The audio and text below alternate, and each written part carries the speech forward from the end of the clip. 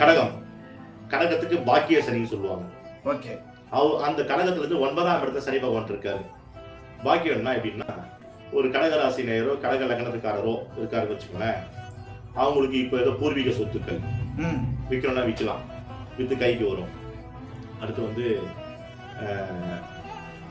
அவங்க மாமியார் வீட்டு மூலியமாகவோ இல்ல ஒரு பெண் தன்னுடைய மாமனார் வீட்டு மூலியமாகவோ பெறக்கூடிய கொடுப்பனைகள் தாராளமாக அவங்களுக்கு கிடைக்கக்கூடிய வாய்ப்புகள்லாம் உண்டு.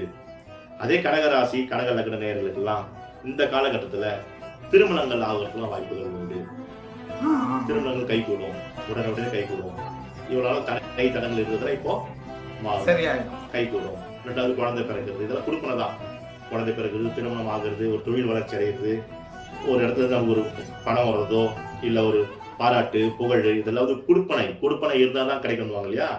அந்த கொடுப்பனை என்ற ஒரு இடத்துல சனி பகவான் இப்ப இயங்கிட்டு இருக்காரு இந்த கடகராசினியரை பொறுத்த வரைக்கும். அப்போ கடகராசினியர்கள் நல்லா இருக்கும், அருமையான ஒரு காலகட்டம்.